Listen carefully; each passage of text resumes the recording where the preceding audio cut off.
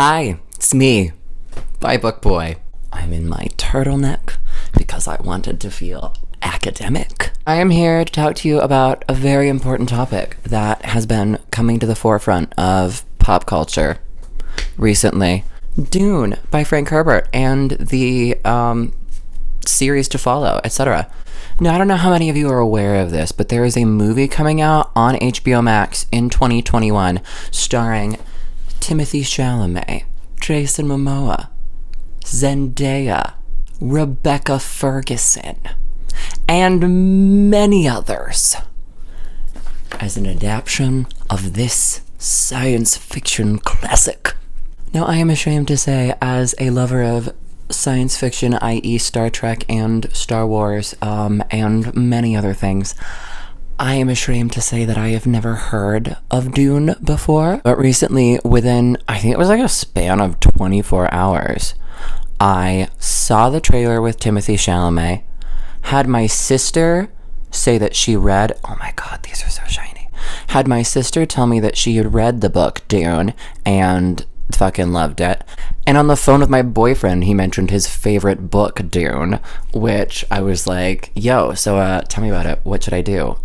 Should I read this? Would I be into it? And he was like, well, you like Star Wars. This book basically inspired like Star Wars. And I was like, solid. Tell me more. And he said, well, here's the thing. Do you like Space Nuns? Sandworms? How about a new take on the Messiah story that prevails in our culture so heavily? And I said, in the most academic sense, I fuck with that.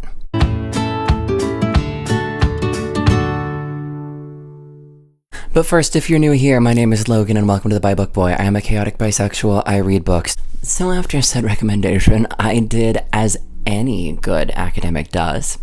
I found the 80s movie.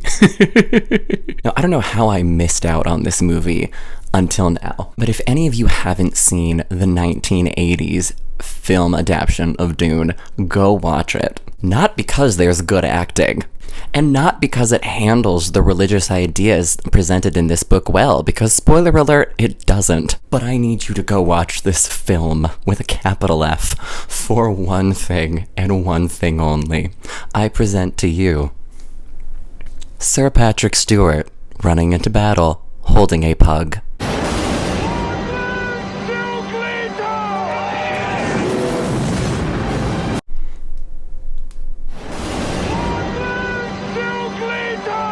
I was sadly disappointed to find out that this beautiful animal was not in the book. However, the director, the screenwriter, someone on the production team decided that it was necessary for the Duke's family to have a royal pet, and they made it a pug. But long story short, too late, I missed any exposition or dialogue that discussed the political structure of this fictional world, because I was watching that pug, that dog, and how he was living his life. Skyrocketed this film to my favorite movie I have ever seen. Will I be watching it again? Oh yes. How many likes will it take for me to do a live stream of this film? Probably less than you think. Anyway, I read the book and was thoroughly impressed.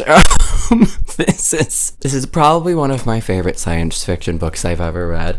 There's a lot of discussion about it on the internet, turns out. Didn't know how I missed that, but me and my semi-dried hair and my neon sparkly blue nails are gonna talk about it. Let me get my notes. Okay.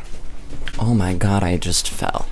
I didn't fall, I leaned. It's fine. As usual, heavy spoilers in this video because I can't keep a fucking secret, okay guys? It's just what it is. We're gonna discuss general notes first, so those of y'all who have not read this and or seen the glory that is the 80s movie, you can stick around for a bit. I'll tell you when to leave. It'll be fine.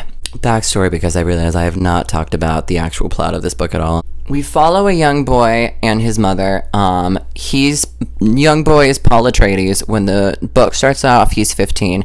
His mother is Jessica. She is a member of the Bene Gesserit order, which is an order of women who are trained to access the full potential of their consciousness and their psyche. They have a really cool form of self-defense. They are physically able to, are able to sense everything that's going on molecularly in their bodies and manipulate a lot of it as a way to survive, as a way to manipulate the political structure of this world and to ensure the survival of their kind. The Bene Gesserit have solely produced women and trained them in the arts of the Bene Gesserit, etc., and either marry political, male political heads, or are concubines to said political heads. Jessica is the concubine of Duke Leto. Leto? I don't know how you're supposed to say it. I don't remember. Yeah. She's the concubine of the Duke Leto, who is Paul's father. Jessica was supposed to produce a daughter, but she actually fell in love with the Duke, so she produces produces a son out of love for him, etc., etc. There's an extent of consciousness that the Bene Gesserit women cannot access without, I don't know if they go insane or they die or what happens, but they are not able to access that aspect of consciousness. And there's a legend that the Bene Gesserit have spread around the universe, being one day a Bene Gesserit's going to give birth to a man who's going to be trained in the Bene Gesserit ways and be able to access said shit, access that level of consciousness and basically achieve god level status or whatever. Spoiler alert, Paul is not that man, but in order to survive the fact that she's basically committed treason by giving birth to a son instead of a daughter, Jessica takes advantage of this myth and trains him anyway, and basically creates the perfect representation, Stormy, of what that man, it's called the Kizad Harak, I think is how you say it, but I'm not sure if that's correct because I don't speak space. She takes advantage of the myth to ensure her survival, which is a really, really interesting approach to discussing the certain religious things, religious tropes that have taken hold of us in the last, us humans in the last few centuries. Also, other important things, this universe's version of currency is called, it's this drug that is produced on the planet that this book mainly takes place on. They call it the spice for short, but there's a longer name and I don't really remember because it's whatever. It's highly addictive, and it is the main trade source that keeps this universe from war, etc. Anyway, that's so, but there's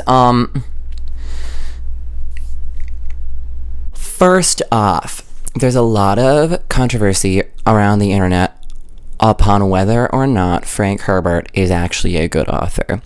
And I will say the writing style was weird to get used to at first. Frank Herbert does this third-person omniscient thing that is really difficult to pull off, I think, and at times did get a little bit redundant. You hear the inner monologue of every single character while the discussions are going on at the same time, and it simultaneously feels redundant and feels exactly necessary, because there's a lot of the political structure of this world that is not fully defined unless you're listening to their inner monologues, the inner monologues of the characters. It's really cool.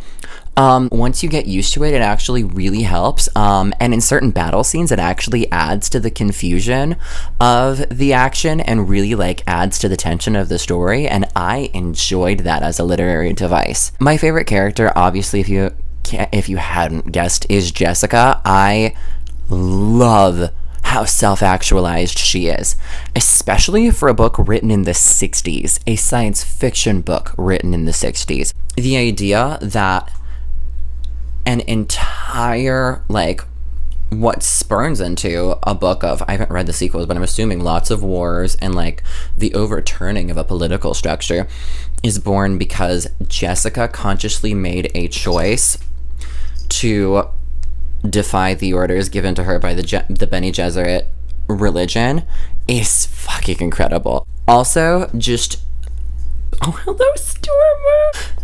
Frank Herbert was unapologetic about making Jessica basically the most powerful character on the page for most of the story.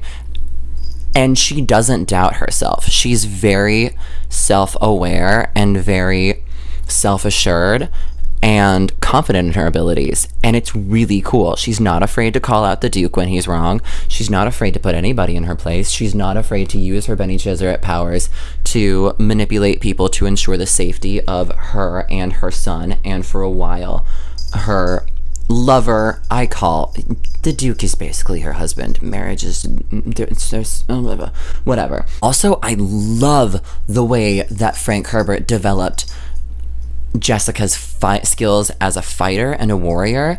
There's the scenes where we get to see her use the weirding way, which is the Bene Gesserit's basically combat style. They're chillingly cool. This woman could take out an entire army just like without breaking a sweat. Is one of the coolest concepts I have ever read, especially in a book from the 60s. Similarly, Paul and Jessica's relationship is a really cool exploration of the mother-son dynamic and the power shifts involved in like when your son is growing up, and when how, you know, a mother moves on from being mainly surviving, ensuring the survival of her son, to allowing him to be an adult. Do you have thoughts? She wants attention so bad. Also, the Baron, he's a member of a rival royal house. Paul is a member of the House of Atreides. The Baron is a member of the House of Harkonnen. And he's basically like the evil Darth Vader-esque figure. I enjoy that character a lot. He was terrifying, frankly. He was basically, he feels to me like an exploration of what happens when you give into true gluttony. This man is so overweight that he cannot move without the help of electronic suspension. This man is also a pedophile. Frank Herbert doesn't shy away from that. I love the way that Frank Herbert handled blatantly, you know, it's blatantly obvious that the Duke is a pedophile. However, there's nothing triggering in this book, and we never see anything that it's just enough there to be like, this dude's a fucking creep, and not enough to be like, maybe we shouldn't recommend this book to everyone, because it was very well handled, and I enjoyed that. Also, the general discussion about what defines humanity versus animal, like what separates humans and animals, especially in this new adapted world. Stormy, why are you biting me? Discussion of what makes someone human is a really cool, interesting, it's an interesting discussion, and I could make an entire video about that, and there are people that have, so you can search it. I probably will when the movie comes out in 2021. I'm gonna do like a more of a deep dive here. Okay, let's talk spoilers. Turn away if you want. If not, don't get mad at me. You did it to yourself. I love the way that Paul and Shawnee's relationship transcends marriage. I enjoy the fact that in the end of the story, they choose not to get married. I love that I love the way that Frank Herbert creates their psychic connection. They start meeting each other through dreams. Paul is played by Timothée Chalamet, and Shawnee is played by Zendaya, fun fact, which is gonna be so cool. Oh my god, it's gonna be so cool. I really enjoyed it. I thought it was a cool, non-traditional approach to a love story, especially for the 60s. I despise how dumb the old Duke Leto is. This man is dumb. Because let's be honest, in the political scenes before the House of Atreides is overturned and attacked by the Harkonnens, and Paul and his mother are forced to go seek refuge in the desert. Not only regarding the traitor in the house, who I won't give away, because there were so many signs that man was going to betray the House of Atreides. So many signals. Oh my god. But he's also just dumb in political discussions. He's just dumb. He makes dumb mistakes. And Paul and Jessica are sitting here like covering for his ass, using their Bene Gesserit training to like keep these people at bay. Like, it's frustrating. And I honestly was not mad at what the fate that befell the Duke. I wasn't. I was like, you fucking brought that on yourself, you dumbass. On the planet Arrakis, Arrakis? I don't know how you're supposed to say it, but it's the planet where this mainly takes place. There's if you haven't guessed by the title, it's a desert. There's a shortage of water, so much that these people have these things called, the natives of the planet have these things called still suits. They completely seal all of the moisture from your body in this suit and recycle it, keeping you alive. And water is like a sign of not only like wealth and prosperity, but it's almost a currency, and it almost transcends religion. Like, when there's a really important death scene that like is important to Paul's development as a character, and Paul cries, and the people say he's giving water to the dead, because water is such an important currency and a rare thing in their lives that it's almost considered sacrilegious to cry. Paul and Jessica are not originally from, the House of Atreides. The House of Atreides is not originally from the planet Arrakis. They take over it at the beginning. They come from a planet that is much more like Earth. And it's really cool how many times Jessica revels in the fact that she is blessed to come from a planet where water falls from the sky. The natives to the planet Arrakis are called the Fremen, and they are mainly spice traders, and they live in the desert, and they're kind of like the rebels in Star Wars. They're evading the reign of the Empire or whatever.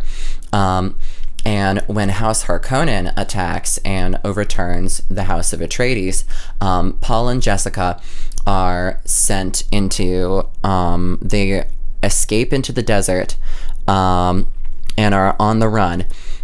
And in order to survive, they come across the Fremen. And this is where the legend that Paul is the Kizad Harak like really comes into play, is because even the Fremen are aware of this. And the Fremen have their own religious beliefs about the Kizad Harak. He's basically their messiah figure, the Kizad Harak is.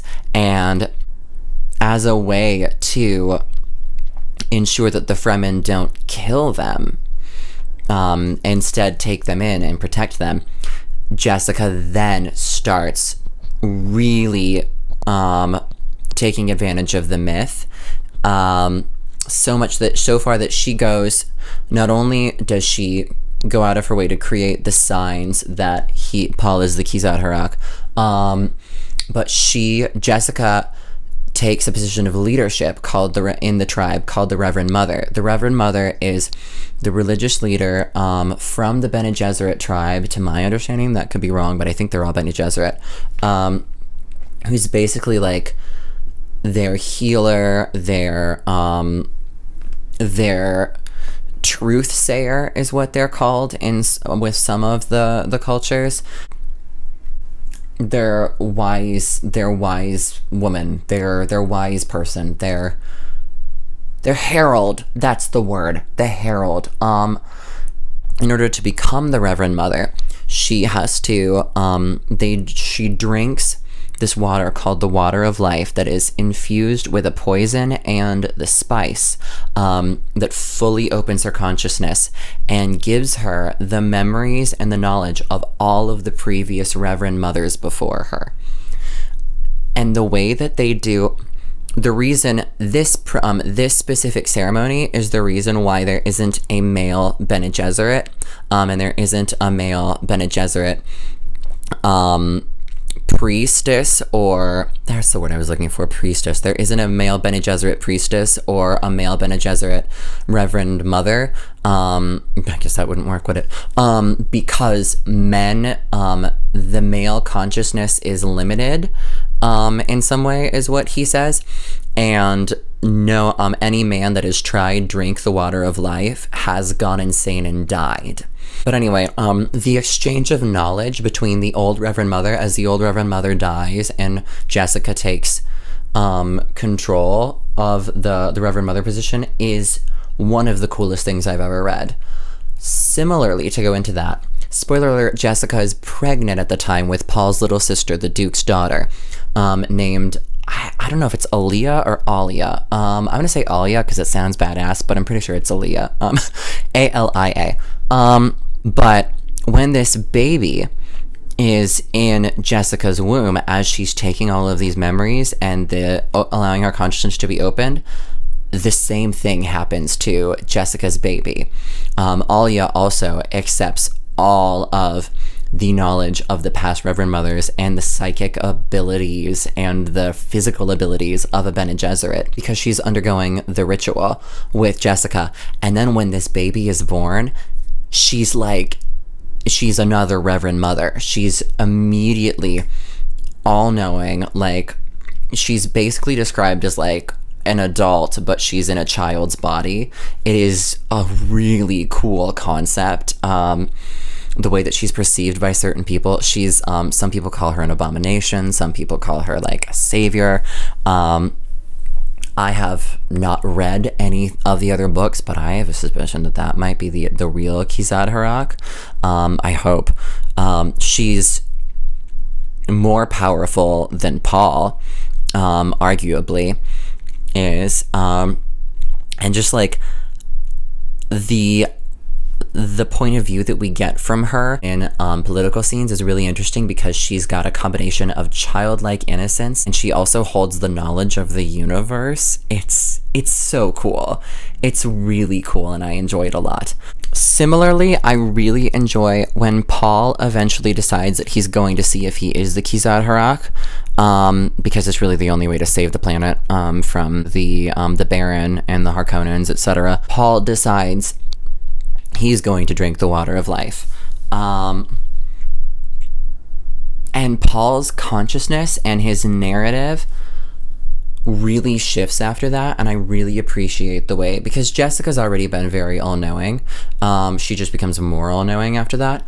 But Paul shifts from, I feel like it's supposed to be a metaphor for like puberty and growing up or whatever, but it really reminded me a lot of like, I'm gonna nerd out right now, of like Jean Grey becoming the Phoenix Force in the X-Men. That she's suddenly just still and unthreatened and aware of everything going on. There's some beautiful discussions about humanity and religion and perception that happen when Paul does survive the ritual. I think it's interesting that even though he survives the ritual, I think deep down, major spoiler, the second book is where, in this book it's not defined that Paul is not the Kizad Harak.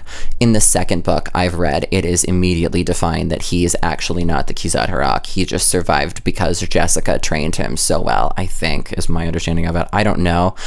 You'll get a better understanding of it if you go watch one of the other channels that like has read this book multiple times and such. But the concept, this cat is sleeping on my lap. The concept that Paul has, he then takes the religious leadership, and he's just, even though he's got this ability, Jessica and Paul and Aaliyah are still aware that he's not the Kizad Harak, he's something else. He even says, multiple times, he's like, I am not what was foreseen or foretold. I could not be foreseen or foretold. There's another Reverend Mother that comes in at the end. He says to her, look in that space where you dare not go, and you will see me staring back at you. Which is just a really chilling line. I love it. similarly, I love the way that the book handled this because when I watched the movie, it felt very sexist. The movie goes out of its way to say that the space that the Kisat Harak can understand and can, or that he can occupy and enter, is a place where women are afraid to go and only a man can enter, which is sexist as shit, to be perfectly honest, and is not in the book. The book does not specify gender, and I love that. The book just says, this son will go where, this son will be, the Kisat Harak will be able to enter where no Bene Gesserit has gone. Does not say anything about being a woman, does not say anything about any of that, does not insinuate that women are less than men or anything. The book just says it's where these religious people, these religious people are limited, and they will produce a child who is not limited. It's fucking cool, and I really love it. A lot of people feel that Frank Herbert would rather spend time discussing ideas about humanity in the universe than writing action and things like that. And while I say this book is very heavy on world building and very heavy on discussing those things, and often a lot of the action and the battle scenes take place off stage and we're being told about them, I don't mind it. It feels like a Greek tragedy. It's a cool approach to things, and I think that this is honestly, this book is, because it's so well done and so well developed, this book is the exception to the rule of show don't tell, because there's a lot of fucking telling and not a lot of showing, and I was completely fine with that, and I think I preferred it, honestly. I think it would have felt, were he to show instead of tell, it would have felt more stereotypical and it would have verged onto creating other problems. Also, when he did show, he showed very well and it was effective, i.e. the battle between Feyd-Rautha and Paul at the end was very tense. I enjoyed the way that the third-person omniscience was used to confuse the reader and keep us on edge and really not know how this battle was going to end. Anyway, I could go far more into it. I think I'm going to do another deep dive when the movie comes out and compare. In closing, I would like to say, most importantly, I will be sorely disappointed if there is no royal pug in the new movie. I'm starting the petition now. If a pug doesn't make an appearance, I'm going to call for reshoots. That's it. Thanks for sticking around and helping out. Stormy is asleep on my lap, otherwise she would say goodbye. And if you want more semi-regular chaotic bisexual content, make sure to hit that notification bell and hit the like button, subscribe, and share my videos for the YouTube algorithm. Also comment. People who have read Dune, chime in, because I'm not sure that I have the best understanding of it, and then I read this 600-page book in a very short amount of time. And sometimes I speed read and miss things. So let's talk about it. Let's have a deeper discussion. I would like material for my next deep dive.